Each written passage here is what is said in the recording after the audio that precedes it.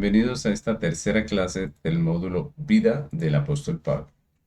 Hemos estado avanzando por este estudio y hemos estado viendo la persona, la vida del apóstol Pablo. Y hoy continuamos en esta clase, en este módulo, en este hermoso estudio que nos ayuda a comprender no solamente quién fue el apóstol Pablo, sino su doctrina, sus escritos. Y de eso se trata la clase de hoy. Vamos a comenzar con el contenido del módulo. Recordemos que empezamos la primera clase hablando de la persona de Pablo. La segunda clase vimos la cronología de la vida del apóstol Pablo. Y hoy vamos a empezar el tema de la doctrina del apóstol Pablo que vamos a estar viendo en dos clases. Vamos a comenzar con este estudio de la doctrina del apóstol Pablo con este versículo que aparece ahí en la pantalla que dice Gálatas capítulo 1 versículos 11 y 12 que dice: Mas os hago saber, hermanos, que el evangelio anunciado por mí no es según hombre, pues yo ni lo recibí ni lo aprendí de hombre alguno, sino por revelación de Jesucristo. Este es un texto muy hermoso del apóstol Pablo. Él está explicando a la iglesia de los Gálatas de dónde viene su evangelio y nos dice claramente que él no lo aprendió de un hombre, ¿cierto? Sino que lo recibió por revelación de Jesucristo. Ya anteriormente, cuando vimos la vida del apóstol Pablo, vimos cómo él, Dios, le permite una experiencia maravillosa en el camino de Damasco, donde él tiene la revelación de Jesucristo. Recordemos que él era perseguidor de la iglesia cristiana.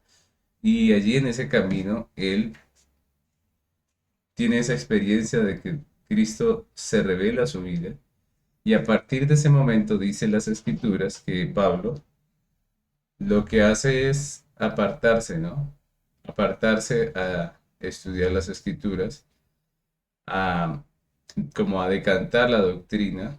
Dice que él hace un viaje y está allí unos años apartado, en donde se cree que él tuvo la revelación y el entendimiento que Dios le dio de las escrituras que nosotros vemos reflejado en sus cartas, ¿no? El asunto es que él ya era conocedor de las escrituras, ¿no? Él ya conocía el Antiguo Testamento. Lo que hace en este periodo de tiempo es decantar la doctrina de tal manera que él puede comprender lo que el Antiguo Testamento dice de Jesucristo, ¿no? Del Redentor, del Mesías. Y cuando él vuelve de ese viaje, dice que está un tiempo con los apóstoles. Y, como dice este texto, él tiene toda la autoridad para decir que su evangelio no se lo dio ningún hombre, sino que se lo ha revelado Jesucristo. Y el apóstol Pablo es uno de los eh, hombres de Dios que más escribió en el Nuevo Testamento, ¿no? Y si nosotros hemos leído esas cartas, esas epístolas del apóstol Pablo, pues nos hemos dado cuenta que el estilo, las palabras de los escritos del apóstol Pablo, pues nos dejan ver que él era un hombre intelectual, un hombre conocedor de las escrituras, un hombre que estudiaba. Y con este pequeño estudio que vamos a hacer acerca de la doctrina del apóstol Pablo, que vamos a dividir en dos clases, pues se trata precisamente de eso, que conozcamos, que podamos identificar la doctrina del apóstol, que podamos entender qué era lo que predicaba el apóstol Pablo. Hoy en día hay muchas falsas doctrinas que quieren hacer ver como que Pablo predicaba un evangelio diferente al de los demás apóstoles, pero como veremos a través de nuestro estudio, Pablo lo único que está haciendo es predicar el mismo evangelio de siempre, el mismo evangelio del Antiguo Testamento y el mismo evangelio que predicó Pedro y el mismo evangelio que predicó Juan. Todos los apóstoles predicaron ese mismo evangelio, ¿no? Entonces, a medida que avancemos por este estudio, veremos que lo que algunos llaman doctrinas calvinistas o doctrinas reformadas no son más que la doctrina bíblica proclamada por los autores bíblicos como Pablo. Nosotros vemos que hoy en día se les llama calvinistas a los que piensan en ciertas doctrinas o a los que creen en ciertas doctrinas, pero cuando vamos a ver a través de este estudio, lo que hicieron los reformadores fue sencillamente tomar lo que está en las escrituras y enseñarlo. Lo que hicieron los reformadores como Calvino fue retomar la doctrina bíblica que está allí en las escrituras para la iglesia. Y eso es importante que nosotros lo veamos porque desafortunadamente hoy en día se han metido como en diferentes cajones a los cristianos y se dice, este es de tal cajón y aquel de tal cajón, como si estuviéramos divididos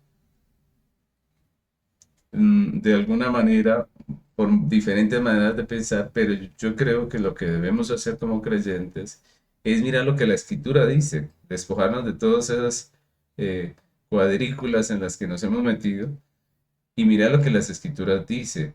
No podemos pensar que el que cree en esta doctrina es de fulano, como hacían en alguna de las iglesias a las que escribe Pablo. Dice que algunos decían yo soy de Apolos, el otro decía yo soy de Pablo. Y lo que el apóstol Pablo dice es lo que nosotros somos, somos de Cristo. Y es lo que yo quiero que veamos. No podemos encajonar a los cristianos en esta o en aquella denominación por la manera en que piensan, sino que lo que debemos hacer es buscar las escrituras, volver a las escrituras. Y a través de este estudio de Pablo vamos a ver lo que Pablo pensaba, lo que decía. Yo quisiera que los que tienen ciertas restricciones en su mente con algunos temas, podamos quitar todas esas barreras y a través de este estudio vamos a acercarnos a la Biblia con sinceridad de corazón. Podemos acercarnos a la Biblia permitiendo que ella sea la que nos hable y nos dictamine qué es lo que Dios dice, ¿no? Y eso es muy importante. Cada vez que vengamos a las escrituras, quitarnos todas esas barreras que ponemos en nuestra mente y acercarnos para aprender de ellas. La escritura es la palabra de Dios. No podemos quitar una parte de la escritura porque no nos gusta, porque no nos parece, porque nos parece que esto es de fulano o de aquel, ¿cierto? Sino que más bien lo que debemos acercarnos es con sinceridad de corazón, quitar toda barrera que hay en nuestro corazón y poder mirar qué es lo que la Biblia enseña realmente. De eso se trata este estudio, poder mirar cómo era la doctrina del apóstol Pablo. Y vamos a ver en 10 puntos lo que Pablo pensaba o lo que Pablo enseñaba en su doctrina. Y si el Señor lo permite, pues en esta clase de hoy avanzaremos a través de 5 primeros puntos y en la próxima avanzaremos con los otros 5. Estaremos tratando de dividir este estudio en dos y de mirar 5 puntos en cada uno de estas clases, ¿no? Entonces, sin más preámbulos, quisiera avanzar en esta primera clase hablando de estos 5 puntos importantes de la doctrina de Pablo que nosotros como cristianos debemos también eh, creer, porque como dijo el apóstol Pablo en ese versículo que acabamos de leer, la doctrina del apóstol Pablo no es de él, ¿cierto? No se la enseñó a nadie, sino que es la palabra de Dios. Así que mis hermanos, les animo a que nos acerquemos a estas doctrinas con ese corazón abierto, con ese corazón dispuesto a comprender lo que el Señor nos quiere enseñar. Entonces, la primera doctrina que vamos a ver de Pablo, o más bien de Pablo no, que predicaba o que enseñaba Pablo, es la doctrina de la soberanía de Dios. La soberanía de Dios fue un punto importante dentro de lo que Pablo enseñó, siempre en todas sus cartas. Y quiero que comencemos con Efesios capítulo 1, versículo 11, que dice, en él asimismo tuvimos herencia, habiendo sido predestinados conforme al propósito del que hace todas las cosas, según el designio de su voluntad.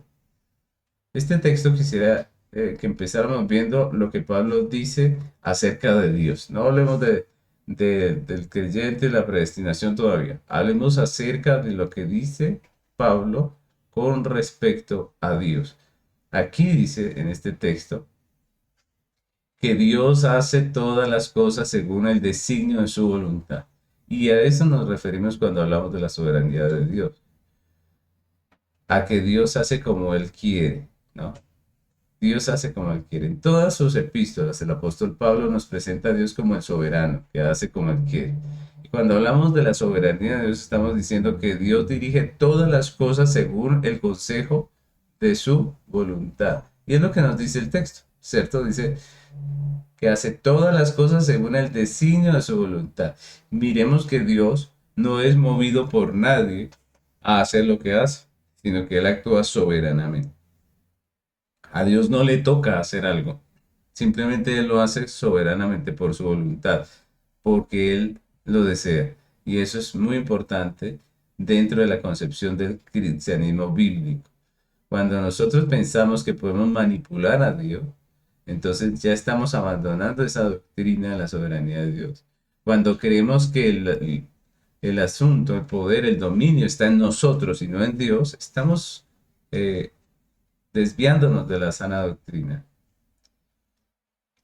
Si ustedes recuerdan, en tiempos del apóstol Pablo, pues los dioses de esos tiempos, los dioses en los que creían las naciones, eran dioses muy volubles, ¿no?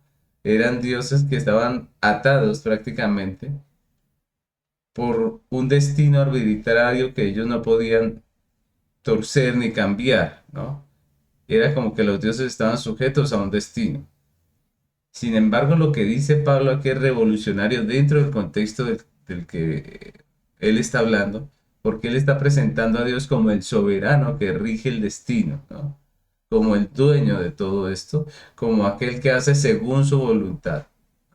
Y el apóstol Pablo nos dice que Dios hace las cosas según el designio de su voluntad, sin que nadie pueda alterar esa voluntad suya. Y lo vemos en muchas de sus cartas. Entonces, ese es un punto muy importante. Miremos, por ejemplo, Colosenses capítulo 1, versículo 15 al 17.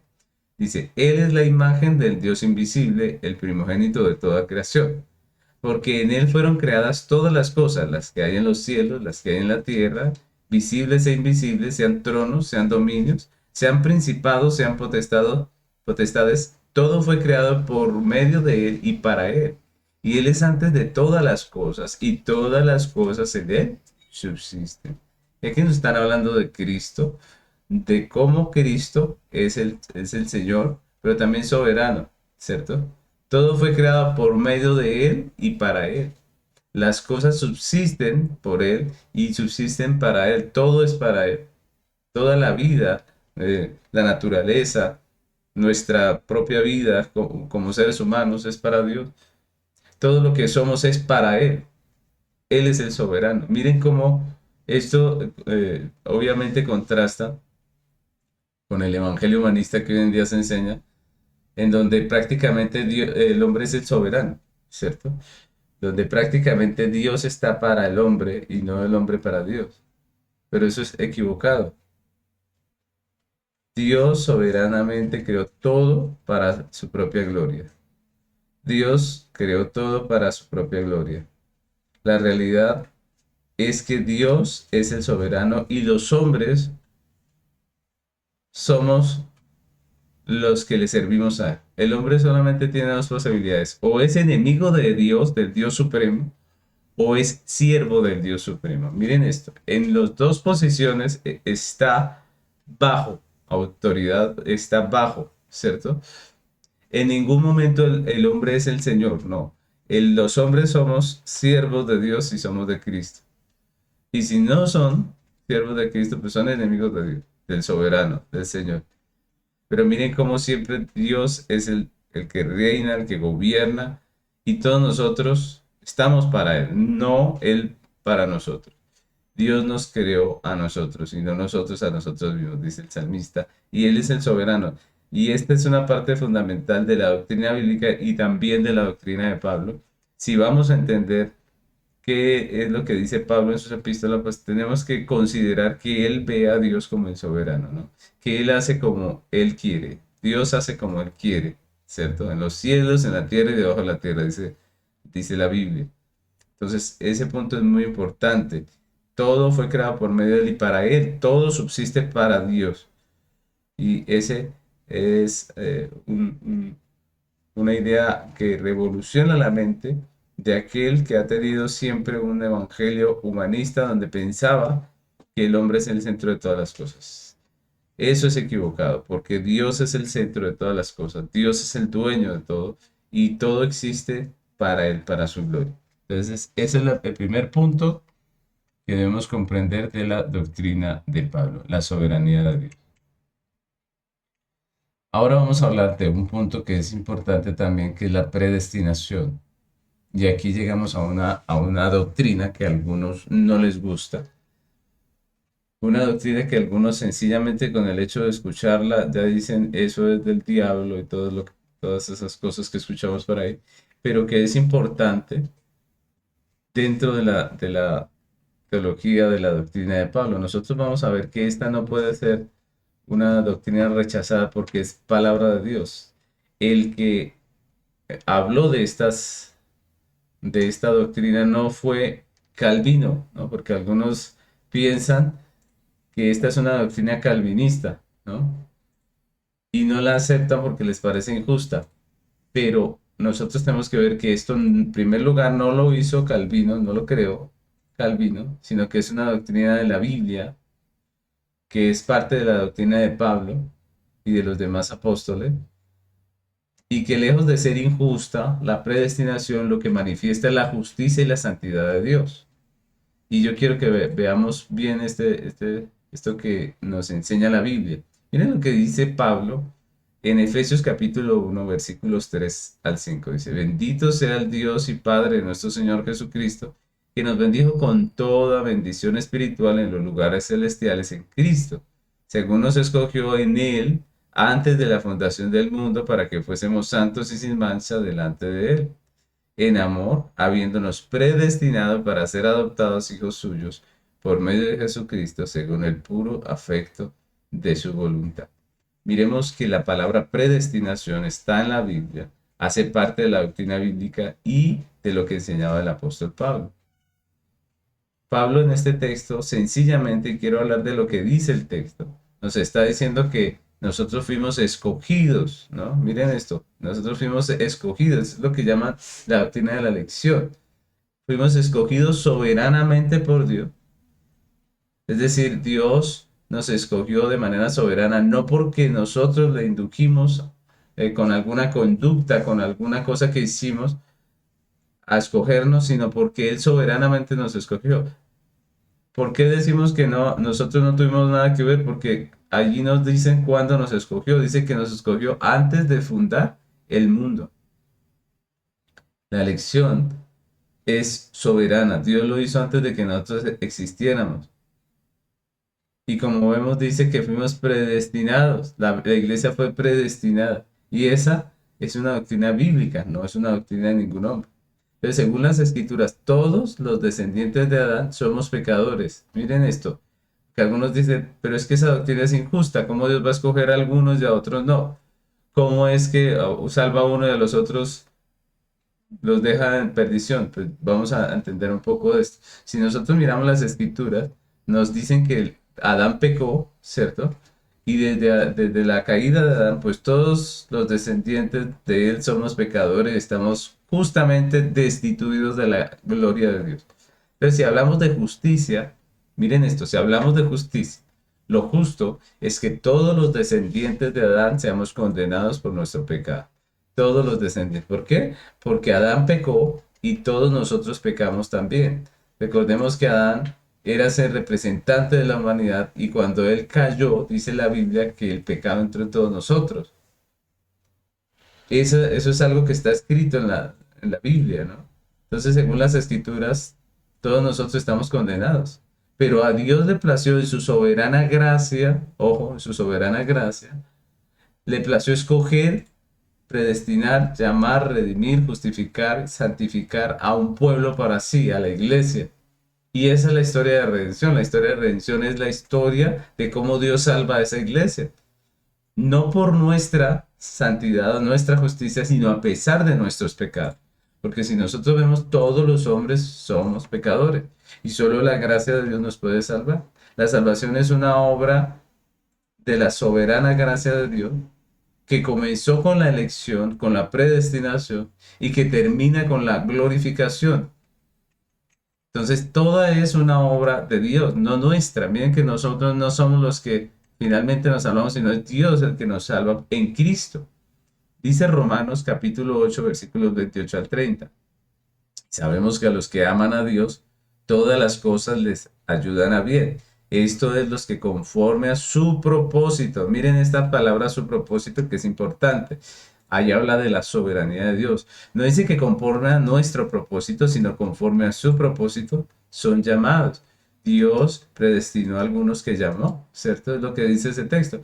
Dice, sigue diciendo el 29, porque los que antes conoció también los predestinó para que fuesen hechos conforme a la imagen de su Hijo, para que Él sea el primogénito entre muchos hermanos. Y a los que predestinó, a estos también llamó. Y a los que llamó, a estos también justificó. Y a los que justificó, a estos también glorificó. Entonces miren cómo el texto no da pie a que la elección o que la salvación o que la justificación sea por nosotros, sino que es por la soberana gracia de Dios, ¿no? Y lo que dice este texto es que a los que Dios eligió, esos, Dios mismo justifica, Dios mismo santifica, Dios mismo hace todo el proceso de la salvación, es una obra de Dios, hasta la glorificación, ¿no? Todo el proceso de salvación es una obra de Dios. Por eso la Biblia dice que el que empezó en nosotros la buena obra la terminará, la completará, la perfeccionará en Cristo. Miren que no depende de nosotros, depende de la obra de Dios. Si nosotros somos hijos de Dios y pecamos, no caemos de la gracia como algunos dicen, no perdemos la entrada al cielo, sino que Dios nos disciplinará. La Biblia dice que Dios al hijo que ama, disciplina, castiga. Dios nos va a corregir porque no somos bastardos sino hijos. Dios va a perseverar en nosotros, va a cumplir lo que Él estableció. Y la única razón por la que nosotros entraremos al cielo no es por nuestra propia justicia, porque en esta tierra tendremos un proceso de santificación que no se verá completo aquí. Aquí no vamos a ser perfectos. Dios seguirá obrando en nosotros aquí. Dios nos perfeccionará cada día, pero nuestra perfección será allá arriba, en el cielo, con nuestro Salvador, con nuestro Redentor. Dios está haciendo su obra en nosotros y el que empezó la obra en nosotros la perfeccionará. Entonces la doctrina de la predestinación es importante dentro de la concepción apostólica, dentro de lo que Pablo entendía y de lo que enseñaba él. Dios empezó la obra en nosotros, la terminará. Dios nos eligió, Él también nos justificó, Él nos llama, Él nos santifica, Él persevera en nosotros y un día nos glorificará. Si somos iglesia de Cristo, el que empezó la obra en nosotros la perfeccionará hasta el día de Jesucristo. Dios no nos va a soltar, no nos va a dejar.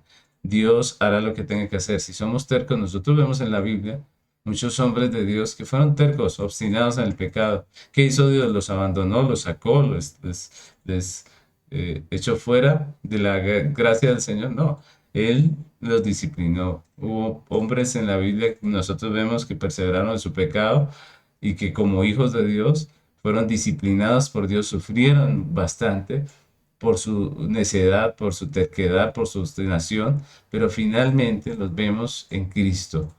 Los vemos como Dios completó, perfeccionó esa obra en ellos y son hermanos en la fe que van a disfrutar o que están disfrutando de esas glorias eternas. Entonces miren cómo la Biblia es muy clara en mostrarnos la soberanía de Dios, ¿cierto? La predestinación de Dios, cómo Dios predestinó a su iglesia. Y lo que vemos en la historia de redención en la Biblia es cómo Dios salva a su pueblo. Si nosotros vemos en la Biblia, realmente ninguno de los que somos hijos de Dios merecemos estar en Cristo. Nadie, nunca. Si nosotros vemos la iglesia del Antiguo Testamento, pues nosotros vemos todos los pecados que cuentan las escrituras que cometieron los hijos de Dios. Todas las veces que Dios tuvo que castigarlos en su justicia, pero también en su paternidad, porque Dios como Padre castiga a su pueblo. Y nosotros vemos que siempre, siempre es la gracia de Dios la que nos permite estar en Dios, estar en Cristo, relacionarnos con Él tener esa herencia eterna siempre ha sido la gracia de Dios. Por su gracia, Dios en su soberanía nos eligió, nos predestinó, nos llamó, nos justificó, persevera en nosotros, nos santifica. Y esa es una doctrina que llena nuestro corazón de gozo, porque no depende de nosotros. La salvación de la iglesia depende de Dios, está en manos de Dios. Otro punto que es importante dentro de la doctrina de Pablo es el pecado del hombre. Entonces, esto es muy importante porque alguno dirá, pastor, pero es que esto que usted nos habla de la predestinación, pues como que hace que el cristiano diga, bueno, ya soy salvo, entonces puedo vivir como quiera, ¿no? Entonces también tenemos que mirar todo el paquete completo de lo que es, de lo que dice las Escrituras. Y aquí vamos a hablar de una tercera doctrina que es la doctrina del pecado del hombre. Ese es otro punto importante dentro de la doctrina del apóstol Pablo. Es otra de esas doctrinas que el apóstol Pablo resalta en sus escritos en el Nuevo Testamento. Y esta doctrina nos habla de la condición real del hombre. Pablo enseña, de acuerdo con las escrituras, que Dios creó al hombre bueno. Ojo, el hombre es bueno por creación. Pero en la caída, en el huerto del Edén, el hombre cayó de su rectitud. Eso es una realidad que enseña la Biblia del Génesis. El pecado entró en el corazón del hombre y con el pecado entró la muerte y la condenación, porque la paga del pecado es muerte, ¿cierto? Entonces miren cómo la Biblia enseña, Dios crea al hombre bueno, nosotros no somos pecadores por creación, somos pecadores desde la caída, desde que Adán decide rebelarse contra Dios al desobedecer la orden que Dios le dio. Entonces, no, algunos dicen que somos pecadores porque somos hombres. Eso es como echarle la culpa a Dios de que nos creó mal, de que nos creó pecadores. Pero no, nosotros somos pecadores por nuestro pecado, por lo que hicimos nosotros, lo que decidimos nosotros hacer, no por creación. Pero a partir de la caída, lo que vino al hombre fue unas consecuencias puntuales, reales, y la Biblia nos habla acerca de esas consecuencias. El apóstol Pablo nos habla de esas consecuencias, que es la condenación eterna, que es el pecado que mora en el hombre. Ya el hombre no es justo como lo era en la creación, sino que ahora el hombre es un pecador. Y el apóstol Pablo nos recalca esa realidad en Romanos capítulo 5 versículo 12, donde dice, por tanto, como el pecado entró en el mundo por un hombre, y por el pecado la muerte, así la muerte pasó a todos los hombres por cuanto todos pecaron. Hay algunos que dicen que la caída de Adán y Eva no tuvo nada que ver con su descendencia, como si hubiera una desconexión. Ese pecado fue de ellos y ellos lo pagaron, pero nosotros nacemos totalmente bien. Pero miren lo que dice el apóstol Pablo. Está en las escrituras, la palabra de Dios dice que ese pecado de Adán, cuando dice que por un hombre están hablando de Adán, que por el pecado de Adán, el pecado entró en el hombre y por el pecado la muerte. Y dice, y así la muerte pasó a todos los hombres. ¿Y cuál es la conclusión de Pablo? Dice, por cuanto todos pecaron. Miren, la que dice el apóstol Pablo es que hay una consecuencia real, hay una consecuencia real en la vida de todos los descendientes de Adán por causa del pecado de Adán, y es que todos nosotros pecamos. Nuestra naturaleza se corrompió de tal manera que todos somos pecadores, todos nosotros. Nadie puede levantar la mano y decir yo no he pecado. Todos nosotros somos pecadores. Todos los hombres nacemos muertos en nuestros delitos y pecados. Por eso el apóstol Pablo mismo escribe en Efesios capítulo 2, versículo 1. Vamos a leer hasta el 3. Dice, y Él os dio vida a vosotros cuando estabais muertos en vuestros delitos y pecados, en los cuales anduvisteis en otro tiempo siguiendo la corriente de este mundo, conforme al príncipe de la potestad del aire, el espíritu que ahora opera en los hijos de desobediencia, entre los cuales también todos nosotros vivimos en otro tiempo, en los deseos de nuestra carne, haciendo la voluntad de la carne en los pensamientos, y éramos por naturaleza hijos de ira, lo mismo que los demás. Lo mismo que los demás, es decir, todos los hombres están como, dice que están muertos en pecado, en delitos y pecados, que siguen la corriente del príncipe de este mundo, que siguen la corriente de este mundo con una corriente de pecado, de inmoralidad. Y eso lo vemos en la vida diaria, en la vida práctica, lo vemos en las noticias, lo vemos en toda la realidad del mundo. El hombre es pecador, le fascina pecar, ama pecar. Y es la realidad, el hombre es un pecado. Y es en ese sentido que Pablo dice que la única esperanza del hombre, muerto y condenado, es la intervención redentora de Cristo. No hay otra forma. Miren esto, no son nuestras buenas obras porque sencillamente todos somos pecadores. Es la obra de Jesucristo la única que nos puede salvar. Es la obra del Redentor, la única que puede hacer que el hombre que está muerto en sus delitos tenga vida. Romanos capítulo 5, versículo 15 dice así, dice, pero el don no fue como la transgresión, porque si por la transgresión de aquel uno murieron los muchos, abundaron mucho más para los muchos la gracia y el don de Dios por la gracia de un hombre, Jesucristo. Miren la comparación que está haciendo Pablo aquí. Adán y Cristo. Adán como el representante del hombre después de la creación, que peca y que por su pecado, el pecado entra en el corazón de todos nosotros y esto nos lleva a la condenación. Ese es el primer hombre del que habla aquí el apóstol Pablo. Pero el segundo es Cristo, que por su obra redentora traba la gracia a nosotros los creyentes, a su iglesia, a sus escogidos. Y sigue diciendo el versículo 16, dice, con el don no sucede como en el caso de aquel uno que pecó, porque ciertamente el juicio vino a causa de un solo pecado para condenación. Pero el don vino a causa de muchas transgresiones para justificación. En Cristo el hombre alcanza justificación. En Adán todos fuimos condenados, en Cristo alcanzamos justificación. Pues si por la transgresión de uno, dice el 17, solo reinó la muerte, mucho más reinará en vida por uno solo, Jesucristo, los que reciben la abundancia de la gracia y el don y del don de la justicia. Esta es una comparación muy hermosa que hace el apóstol Pablo acerca de la realidad de Adán y su herencia de pecado que dejó a todos los hombres, y Cristo y su obra redentora que justifica a los que son de la fe, a los que son de Cristo. Y eso es maravilloso, eso es parte del gozo, de la alegría, de conocer el Evangelio, de saber que la obra de Cristo nos ha dado vida eterna. Y no hay otra manera en que el hombre pueda ser salvo. Solo Cristo puede salvar al hombre pecador. Pero solo Cristo, porque solamente Él es el representante delante de Dios, solamente Él puede presentarse delante de Dios. Recordemos que Él fue Dios, o Él es Dios, y él fue hombre cuando estuvo aquí en la tierra para pagar por todos los pecados del hombre. Entonces es en Cristo y solamente en Cristo. Miren cómo nadie puede ocupar la posición de Cristo. Aquí vemos que nadie puede.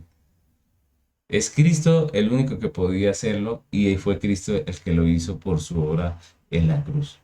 Ese es un punto muy importante dentro de la doctrina del apóstol Pablo. El hombre es pecador y solamente tiene redención en Cristo.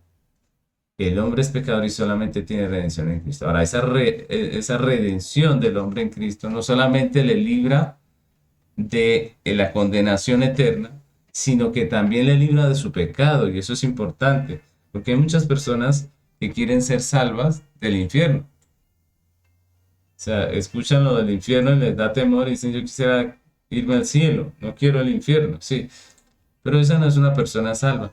Cuando Dios salva a una persona, la libra no solamente del infierno, de las consecuencias, sino también del pecado, de tal manera que un cristiano puede vivir en esta vida para la gloria de Dios. Sí, en esta vida no vamos a ser perfectos en santificación porque tenemos una condición pecaminosa todavía los creyentes. Pero un creyente no es una persona entregada al pecado, es una persona redimida del pecado y va a tener frutos de santificación en su vida diaria. Entonces, eso es muy importante, porque algunos piensan que cuando hablamos de que somos salvos solo por gracia y cuando hablamos de que solamente es por Cristo y cuando decimos que hemos sido predestinados, pues algunos dicen, pues esto lo que desencadena es un pecado, una abundancia de pecado en la iglesia, pero eso no es lo que dice la Escritura, porque la Escritura nos llama a santificación, nos llama a vivir para la gloria de Dios. La Biblia nos habla no solamente de la justificación, sino de la regeneración, es decir, que Dios cambió nuestro corazón, quitó el corazón de piedra, nos dio uno de carne y ahora nosotros amamos lo que es de Dios y rechazamos el pecado. Es lo que la Biblia nos enseña. Entonces miren cómo cuando el hombre es libertado de esa condición por Cristo, no solamente es libertado de la condenación, sino también del pecado. Y entonces el hombre va a empezar a vivir de una manera diferente. No quiere decir que va a ser perfecto en esta tierra porque todavía hay una condición de pecado, pero sí quiere decir que su vida ahora es una vida cristiana, no es una vida de pecado, de inmundicia, de inmoralidad. Así que este punto del pecado del hombre también es importante dentro de esa doctrina del apóstol Pablo. Otro punto importante dentro de la doctrina del apóstol es la doctrina del pacto. Cuando nosotros hablamos del pacto bíblico, el pacto en la Biblia, específicamente del pacto cumplido, y vamos a ver a qué me refiero con esto, ¿no? El apóstol Pablo habla, enseña acerca de un solo pacto. Muchos ven en las escrituras eh, como si estuvieran divididas en partes, ¿no? Muchos ven las escrituras como diferentes historias o las ven como dos libros diferentes, el Antiguo y el Nuevo Testamento. Otros la dividen aún más y dicen que tenemos 7 dispensaciones en toda la historia de la redención y hablan de una dispensación así, otra así, como si Dios fuera cambiando, ¿no?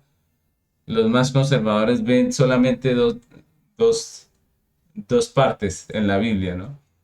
Entonces muchos ven la escritura como si fueran dos libros diferentes. El Antiguo Testamento es visto como el tiempo de la ley, donde Dios era como más severo, ¿no? Las personas ven a Dios en el Antiguo Testamento y dicen, ahí era más severo, más duro, más rígido Dios.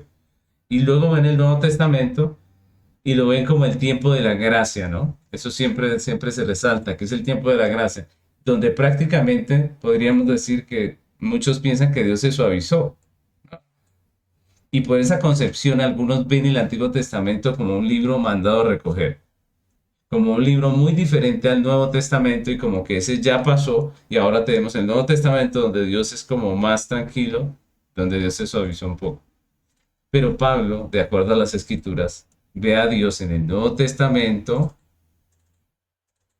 igual que en el Antiguo Testamento. Y yo quiero que consideremos.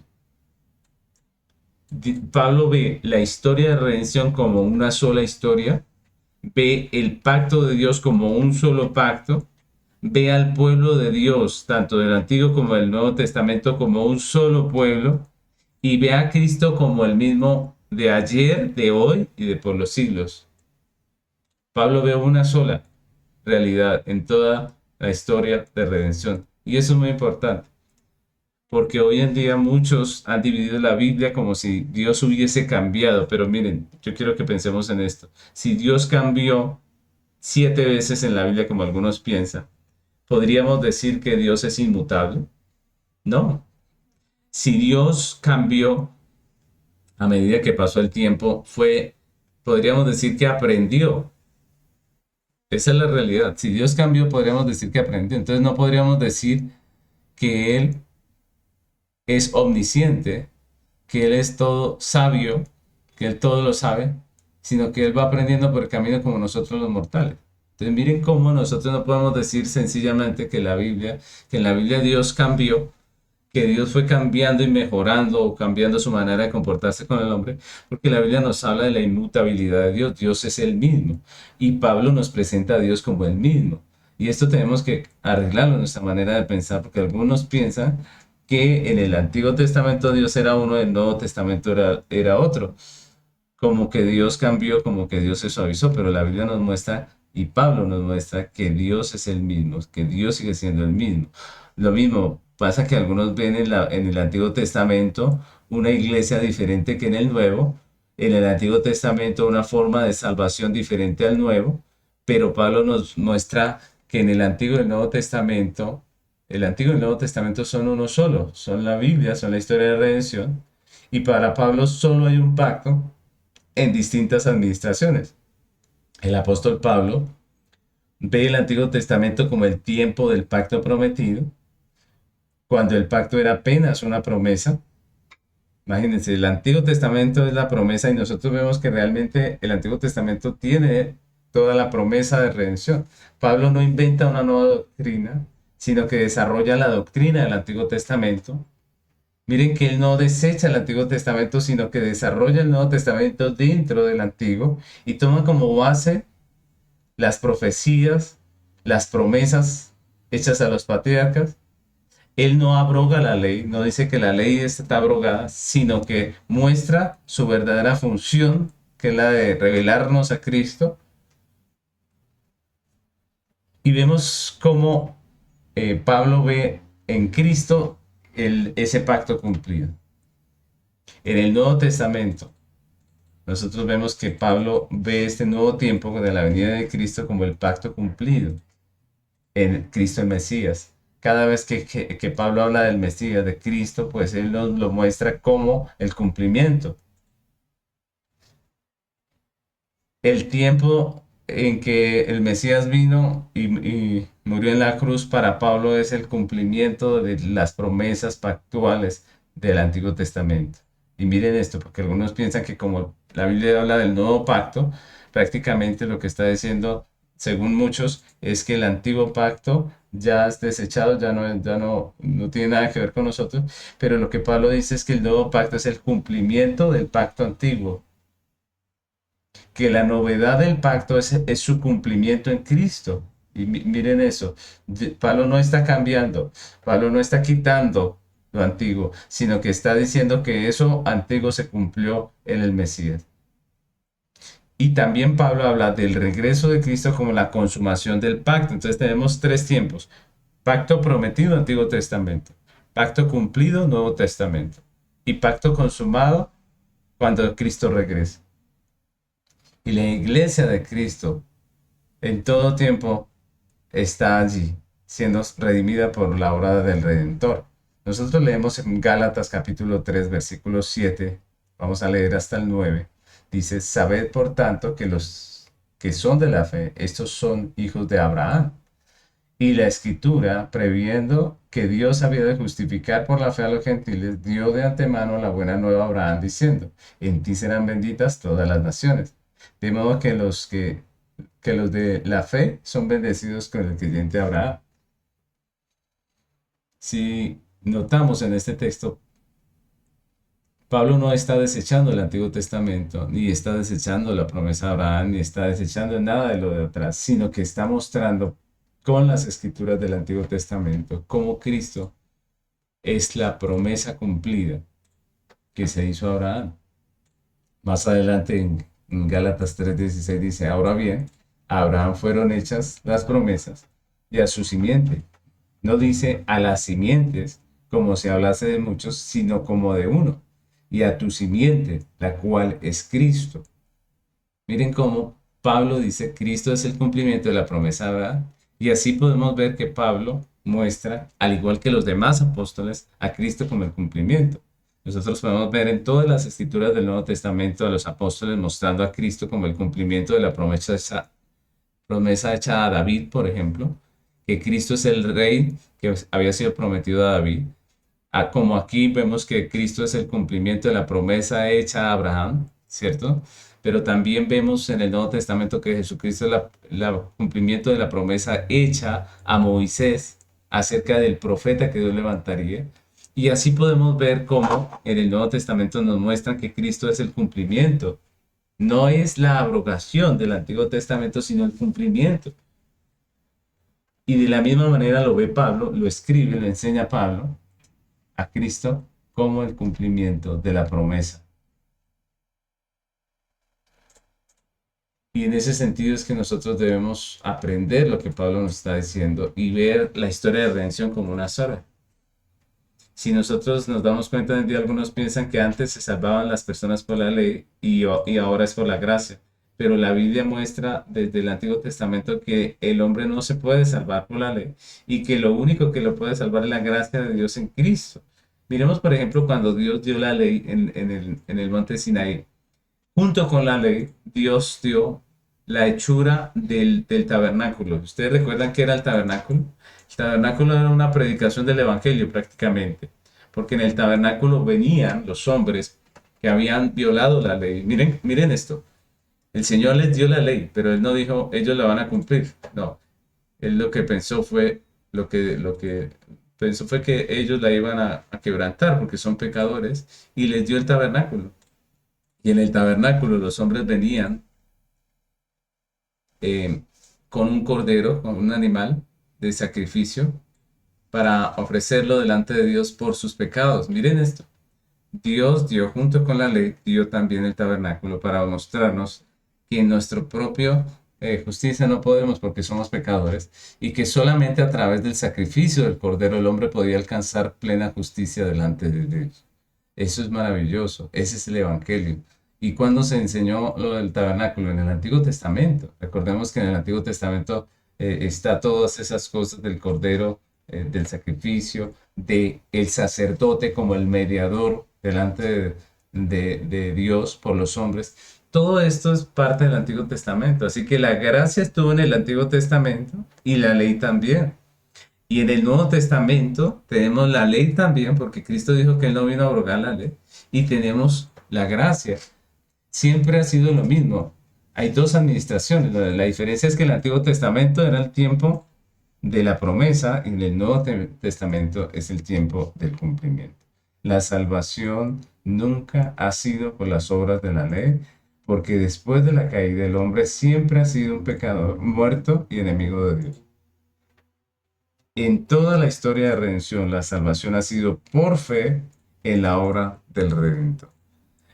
En toda la historia de redención es Dios el que ha salvado, es Dios el que ha justificado y es Dios el que santifica, porque Dios santifica a su pueblo, Dios limpia a su pueblo, Dios disciplina a su pueblo. Ustedes recuerdan la disciplina de Dios en el desierto. Entonces, muy, muy importante, hay solo un pacto y el tiempo que estamos, según la cronología del reino, es en el tiempo del pacto cumplido. Nos espera esa consumación del pacto en la venida de Cristo.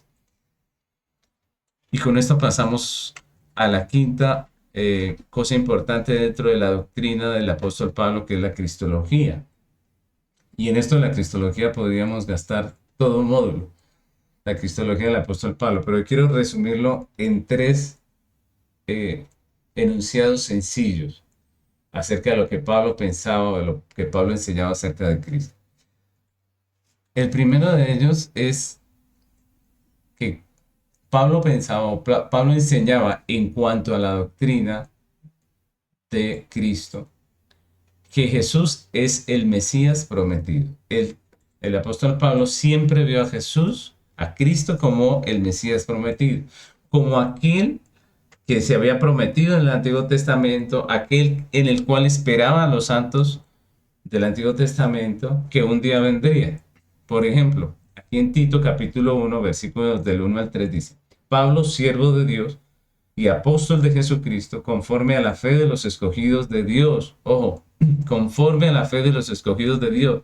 ¿De cuáles escogidos está hablando? Pues de los de la iglesia, de todos los que hemos creído, de los creyentes del Antiguo Testamento, del Nuevo, conforme a la fe de los escogidos de Dios y el conocimiento de la verdad que es según la piedad, en la esperanza de la vida eterna, la cual Dios, que no miente, prometió desde antes del principio de los siglos.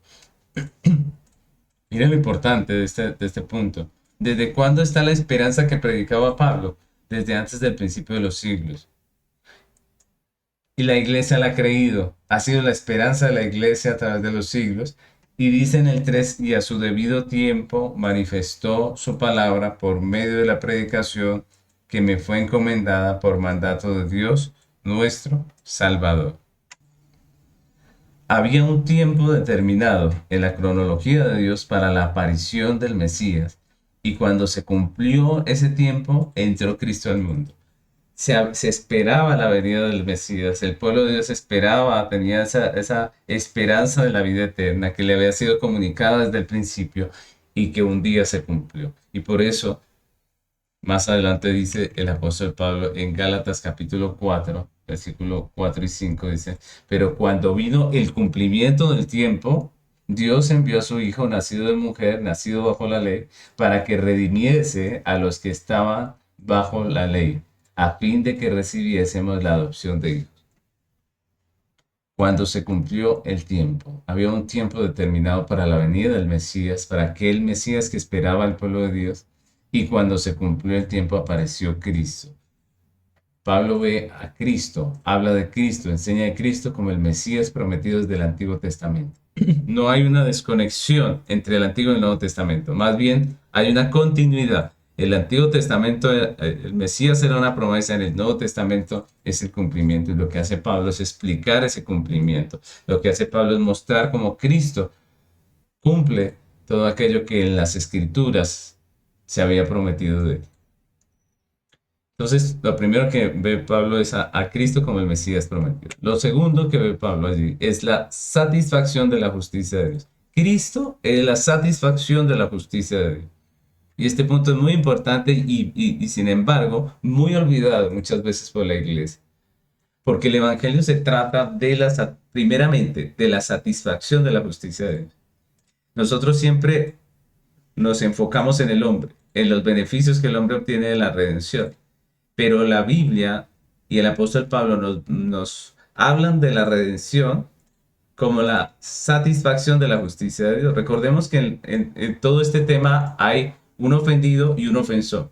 El ofensor es el hombre, el ofendido es Dios.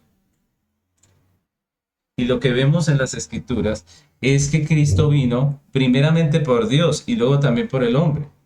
Pero Cristo vino primeramente por Dios, vino a satisfacer la justicia de Dios y es como resultado de la satisfacción de la justicia de Dios que el hombre tiene redención. Y eso es muy importante. Dentro de la escritura, tanto en el Antiguo como en el Nuevo Testamento, lo importante es que el juez, que el ofendido, en este caso que es Dios, sea satisfecho en su justicia para que nosotros podamos tener redención también. Entonces nosotros debemos mirar ese punto que Pablo resalta y es el punto de que la justicia de Dios fue satisfecha. Entonces leemos, por ejemplo, en Romanos capítulo 3, versículos 21 al 25, y yo quiero que lo leamos no con los ojos puestos en el hombre y en lo que recibe el hombre, sino en Dios. Miren lo que dice Romanos 3, 21. Dice, pero ahora, aparte de la ley, se ha manifestado la justicia de Dios testificada por la ley y los profetas, la justicia de Dios por medio de la fe en Jesucristo, para todos los que creen en Él, porque no hay diferencia, por cuanto todos pecaron y están destituidos de la gloria de Dios, siendo justificados gratuitamente por su gracia mediante la redención que es en Cristo Jesús, a quien Dios puso como propiciación por medio de la fe en su sangre para manifestar su justicia a causa de haber pasado por alto en su paciencia los pecados pasados. Y aquí nos hablan de esa doctrina preciosa que es la doctrina de la propiciación, ¿no? Por la sangre de Cristo. La Biblia dice que la paga del pecado es muerte y delante de Dios teníamos una deuda de muerte, teníamos que morir por nuestros pecados. Y lo que hace Cristo en la cruz es pagar con su vida. Al morir en la cruz, Cristo está pagando esa deuda que teníamos con la justicia de Dios. Cristo está satisfaciendo la justicia de Dios cuando Él muere en la cruz. La justicia de Dios está siendo satisfecha. Y es a eso a lo que se refiere Pablo acerca de Cristo. Cristo es la satisfacción de la justicia de Dios. Nadie más podía satisfacer la justicia de Dios sino solamente Cristo. Nosotros somos pecadores. Habíamos ofendido a Dios, teníamos una deuda delante de Dios y lo único que nosotros representamos o hacíamos que Dios manifestara sería ira porque nosotros éramos pecadores y enemigos, pero por la obra de Cristo nosotros tenemos redención porque la satisfacción de la justicia de Dios la logró Cristo con su obra en la cruz. Eso es muy importante, porque el primer resultado, el primer objetivo del Evangelio realmente no es el hombre ni sus beneficios, sino es la satisfacción de la justicia de Dios. Y ese es un punto muy importante dentro de la cristología del apóstol Pablo. Y es un punto que hoy en día muchos olvidan. Muchos predican el evangelio solamente enfocados en el hombre y hablan de la necesidad del hombre, ¿no? Pero la Biblia nos habla de la justicia de Dios. ¿Por qué requerimos salvación? Porque hemos ofendido al Rey, al soberano, al Señor. Pero la obra de Cristo satisface la justicia de Dios. Y por último, en la cristología del apóstol Pablo, vemos algo que es muy importante y es que Cristo es la única salvación del hombre pecador. No hay otra solución para el hombre pecador. No hay salvación en nadie más sino en Cristo. Y es lo que nos enseñan las escrituras desde el Antiguo Testamento. Desde Génesis, cuando Dios cubre la desnudez de la pareja de Adán y Eva con la piel de un sacrificio, de ahí en adelante la Biblia nos muestra esa realidad. Nos muestra esa realidad con el tabernáculo, nos muestra esa realidad con el Cordero de la Pascua, nos muestra esa realidad con los sacrificios que se hacían, con todas las cosas que vimos en el Antiguo Testamento. Y luego cuando llegamos al Nuevo Testamento, vuelve los apóstoles y nos dicen solamente a través de Cristo. Y Pablo también nos recalca esto, por ejemplo, en 1 Timoteo capítulo 2 versículos 5 y 6, donde dice, porque hay un solo Dios y un solo mediador entre Dios y los hombres, Jesucristo hombre, el cual se dio a sí mismo el rescate por todos, de lo cual se dio testimonio a su debido tiempo. Este texto es maravilloso. Solo hay un Dios y solo hay un mediador. Ese es Jesucristo. No hay otro. No hay redención en ninguna persona, no hay redención en ninguna institución, no hay redención en ninguna otra persona, sino solamente en Jesucristo.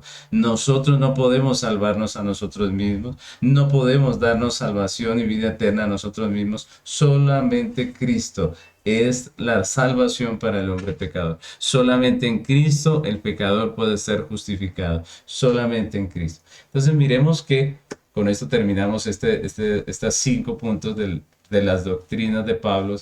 Pero miremos que muchas de estas doctrinas son lo que hoy en día algunos denominan con una etiqueta de calvinista o reformada, o bueno, cada quien tiene su manera de llamarlo, y como que les ponen esta etiqueta y rechazan estas doctrinas como si no fueran bíblicas, pero yo quiero que nosotros veamos que esto no lo dice un hombre, no lo dice una denominación, esto lo dicen nuestras Biblias. La Biblia nos enseña la realidad, solamente en Cristo y salvación, solamente por Cristo tenemos vida eterna. Nosotros no podemos seleccionar lo que nos gusta y lo que no nos gusta de la Biblia.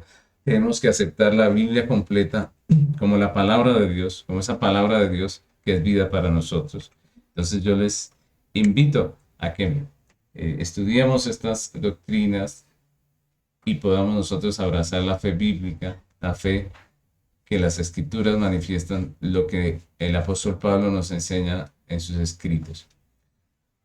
Esto es todo por esta clase, mis hermanos. Si Dios lo permite, nos vemos en la próxima. Bendición.